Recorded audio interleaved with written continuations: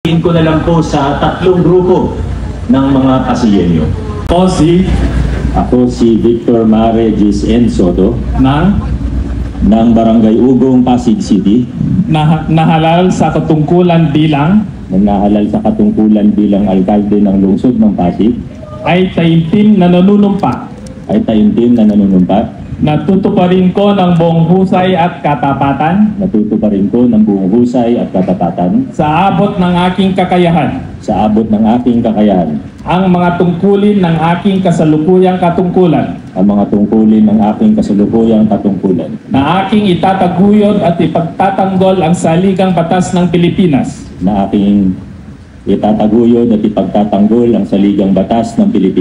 na tunay na mananalig at tatalima ako rito. At susundin ko ang mga batas, mga kautosang legal, at mga dekretong ipinag-iiral ng mga sadyang itinakdang may kapangyarihan ng Republika ng Pilipinas. At kusa kong babalikatin ang mga pananagutang ito nang walang anumang pasubali o hangaring umiwas. Kasihan nawa ako ng Diyos.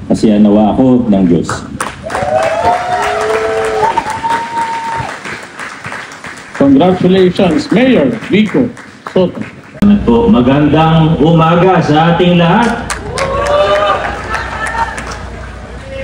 Una po, maraming salamat kay Executive Judge Bulawitan sa pag-administer ng aming panunumpa sa bawat Pasiyenyo, sa mga kasama natin mula sa national government agencies, sa mga kasama sa lokal na pamahalaan ng Pasig, sa aking mga kasama sa giting ng Pasig, Congressman Roman Romulo, Vice Mayor Dodot Jaworski, sa mga konsehal ng una at ikalawang distrito ng lungsod ng Pasig, sa mga kasama po natin mula sa pribadong sektor, mula sa civil society, mula sa mga barangay, mga kaibigan, at syempre, last but not the least, sa aking pamilya, lalo na sa aking mama at papa. Nakita nyo naman, walang hihigit pa sa suporta na pinakita nila, hindi lang sa akin, kundi sa ating lahat. Maraming salamat, mama at papa.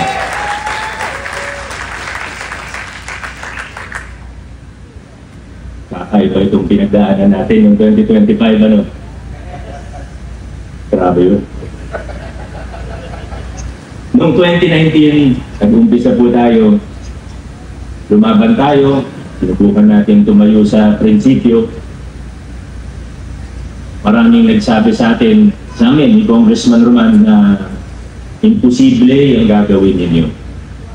Kung gusto niyong magkaroon ng tsansa man lang, kailangan gumastos din kayo. May mga nagpakita sa akin, mga batikan, mga dating politiko, mga political operator, alam niyo na po yung ibig ko sabihin. Lumapit po sa amin, sabi nila, gusto namin ng pagbabago.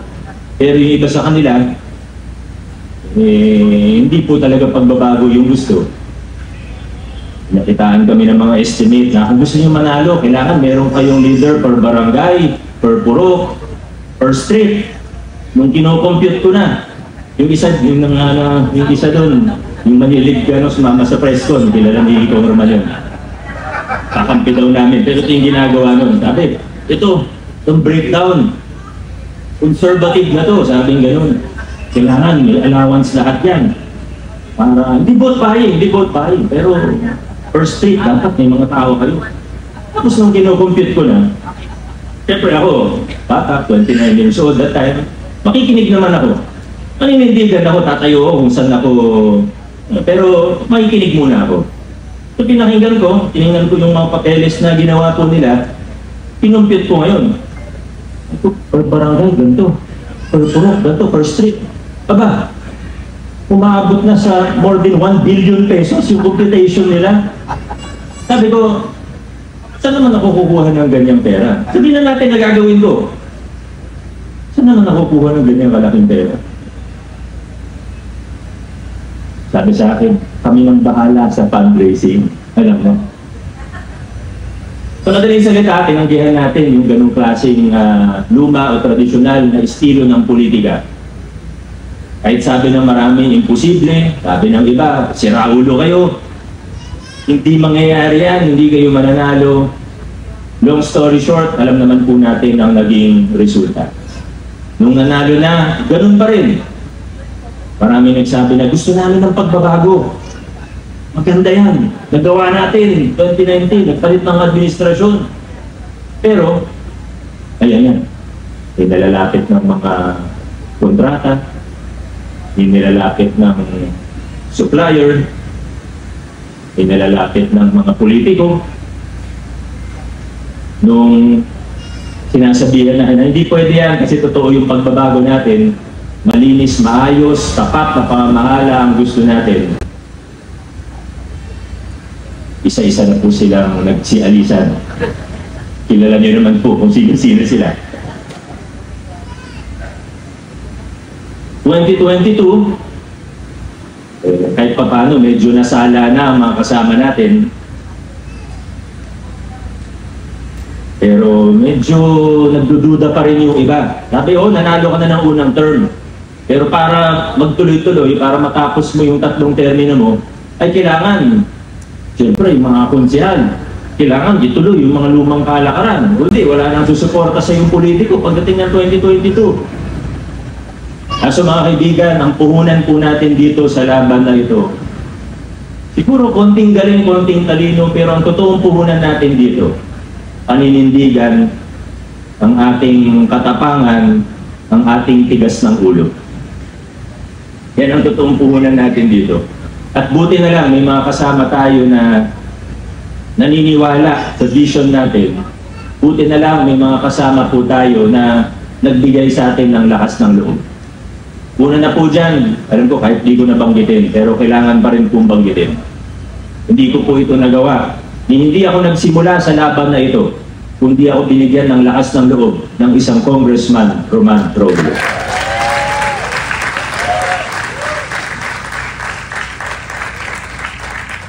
Marami pa pong iba, ika nga unsung heroes, hindi naman natin mababanggit ang lahat ng isa-isa. Pero noong 2022, ito na, nagkaroon tayo ng lineup na buo ang unang edition ng Giting ng Pasig.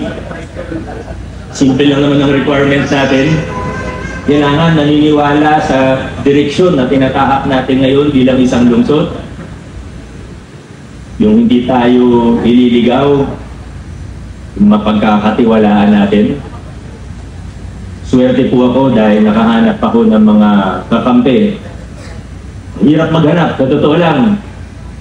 Hindi ng supporter, pero yung mga kakampi na tatayo kasama mo. Sa konseho, lalo na para Vice Mayor. Mula 2022, kung noong 2019 to 2022, malalaking pagbabago, yung pinakamalalaking form ng korupsyon natanggal natin. Pero mula 2022, napakita natin na posible rin ito hanggang sa sanggunian panlungsod. Vice Mayor Dodong Jaworski, maraming salamat. Ganon din sa ating mga konsehal. 2025, ganon pa rin po. Dumami na ang naniniwala, dumami ang sumusuporta, pero may iba na kinakabahan pa rin. Papunta sa ikatlong termino natin ang pagbabago. Nung malapit na ang filing, nung nakikita na hindi gumastos yung iba, may mga tumawag sa amin na kahit mula sa ibang LGU na nag-aalala para sa atin. Kakayanin ba yung gastos? Handa daw gumastos ng 2 billion, totoo ba yun? Handa daw gumastos ng 4 billion, totoo ba yun? At unti-unti nakita natin na parang totoo nga. Handang gumastos ng napakalaki. Handang manira, handang magpakalat ng fake news, disinformation, handang magbayad ng media, handang gawin ng kahit ano. Maibalik lang tayo sa lumang kalakaran. Pero sa dulo, pinakita ng mga Pasigueño. Sa tulong ng Diyos, na sa ating lungsod, ang magwawagi ay ang katotohanan at kabutihan.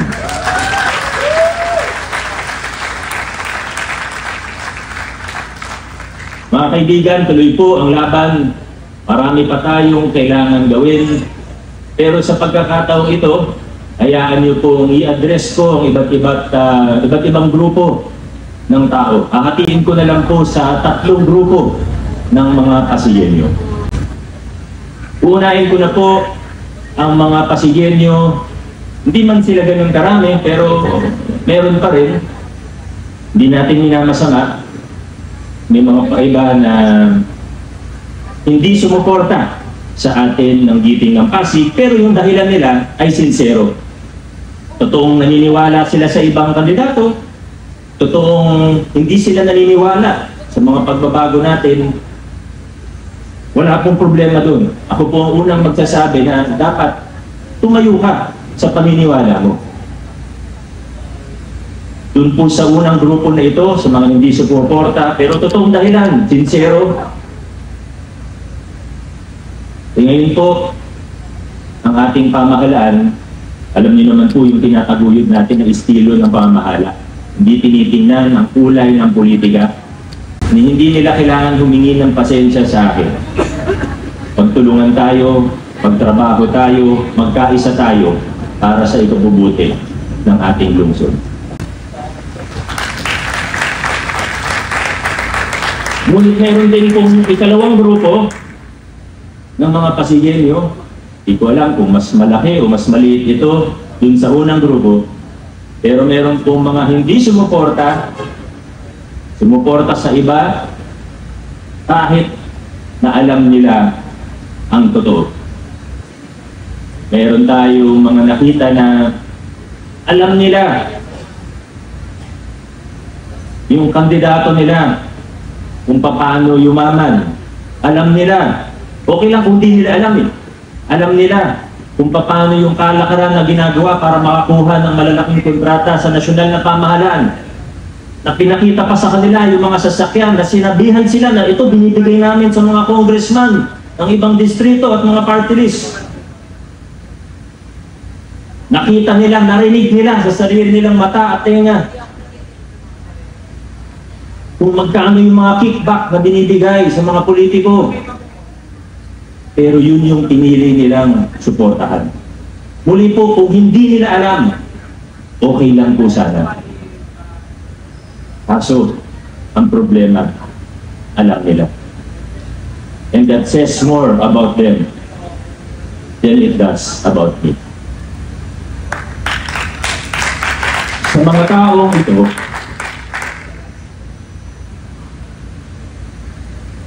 hinihikayat ko po sila mag-isip-isip na po ng maigi. Baka hindi pa huli para sa kanila.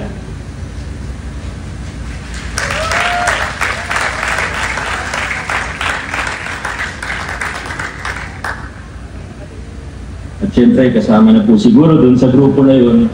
Alam mo, ito hindi ko sinasabi. Pasensya na po kung medyo seryoso ang ating mensahe ngayong umaga. Pero may mga bagay po na kailangan ko lang din sabihin para na rin sa aking proteksyon at sa proteksyon ng ating lokal na pamahalaan at sa lahat ng ating ginagawa. May mga bagay po na hindi ko pwede sabihin yung panahon ng pangangampanya. Kasi baka sabihin political motive. Baka sabihin siyempre pagka political season, mahirap pagsalita. Kasi sabihin political lang yan. Ngayon wala nang politika. 2028 hindi ako tatakbo. Ngayon pa lang sinasabi ko na sa inyo. Kaya malaya akong gawin kung anong tingin ko ang tama. Hindi nyo masasabihan na may bahid ng politika. At yung hindi ko masabi nung campaign period, na ngayon pwede ko na pong sabihin, sa lahat ng aming katunggali, we extend a hand of peace, we extend a hand of unity. Kung maaari, magtulungan tayo para sa ikagaganda ng ating lungsod. Ngunit,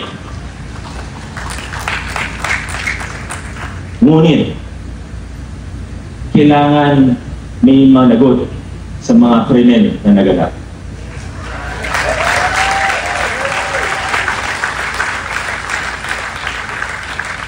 Una na po dyan, nag-viral lang yung building permit na yan pero hindi naman yan yung talagang problema. Yung bilyon-bilyong piso ng buwis na utang ninyo sa nasyonal at lokal na pamahalaan, bayaran ninyo.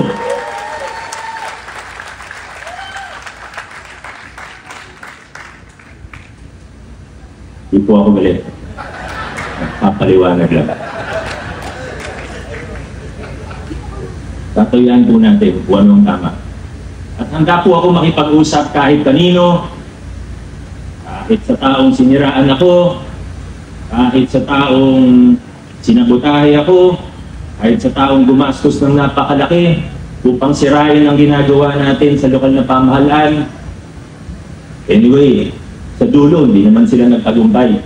Higit 90% ng mga pasigilyo ay nawala sa hapon, hindi sa mga kalokohan nila. Kaya handa po ako makipag-usap, handa po ako makipagkasundo. Kaya natin makipagtrabaho kahit kanino. Tutulungan ko pa sila. Ayusin lang nila ang mga problema nila sa BIR at sa business taxes sa ating lokal na pamahalaan. Simple lang po ang aking kondisyon. At may pangatlong grupo ba po? At ako po yung naniniwala at nakita naman po natin sa resulta ng halalan na ang karamihan sa ating mga Pasigenyo ay napapabilang sa ikatlong grupo na ito. Sa mga Pasigenyo na sumuporta, sa mga Pasigenyo na naniwala sa direksyon natin, naniniwala sa direksyon na tinatahak natin ngayon bilang isang lungsod. Sa lahat ng nagpagawa ng t-shirt, sa lahat ng nagpagawa ng kanya-kanyang tarpaulin, sa lahat ng nagpagawa ng headbag, nag-edit ng video, nag-post sa social media, sumigaw sa kalsada, at kung ano-ano pa. Maraming salamat sa inyo. Ang giting ng Pasig, hindi lang po ako, o ang ating Congressman Roman, Vice Mayor Dodot, o ang ating mga konsyal. Ang giting ng Pasig ay ang bawat isang Pasigenyo na patuloy na lumalaban para sa pagbabago at reforma ng ating mahal na lungsod. Mga kasama, 2025, meron tayong napaka-espesyal na pagkakataon, pambihirang pagkakataon dito sa ating lungsod. Sana po ay mag-aisa tayo, tuloy-tuloy nating itaguyod ang mabuting pamamahala, tuloy-tuloy nating itaguyod ang pamamahala na may transparency o bukas sa mamamayan, isang mapanlahok na pamayanan, gobyerno na may pananagutan sa taong bayan. Tuloy-tuloy po natin ipaglaban ang mga nasimulan ng pagbabago tungo sa universal healthcare, tungo sa programa ng pabahay na makatarungan, laban sa korupsyon, laban sa politika at pag-gobyerno na mapansamantala. Sama-sama po tayo. Mga nasimulan natin, paigdingin pa po natin. Niwala po ako, tayo'y magkakasama at sa lungsod ng Pasig, hindi na po tayo aatras pa, hindi na tayo liliko-liko pa, dire-diretso lang po tayo. Mga Pasigenyo, God bless sa ating lahat, mabuhay ang lungsod ng Pasig. Maraming salamat po.